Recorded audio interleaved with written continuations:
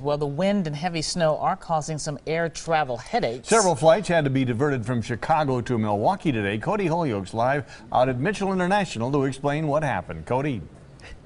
Well, Mike and Carol, it's admittedly not where those travelers wanted to end up, but tonight air travelers are really at the mercy of Mother Nature. We've been looking at the board all afternoon. So far, about a dozen flights have been diverted from Chicago.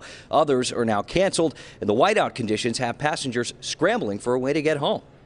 That's home. That's where we're trying to get. Pat Ring thought she'd be home in Illinois by now, back from a trip to New Orleans.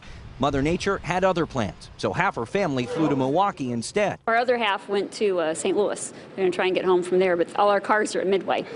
So now we got to get to Midway and try and get our cars.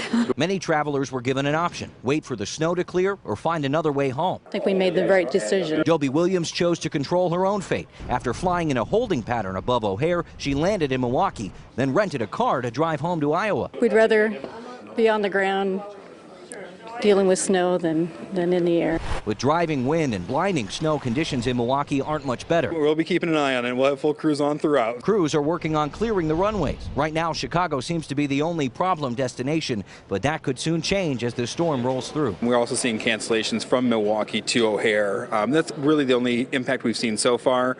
It's just now a matter of what Mother Nature does to us.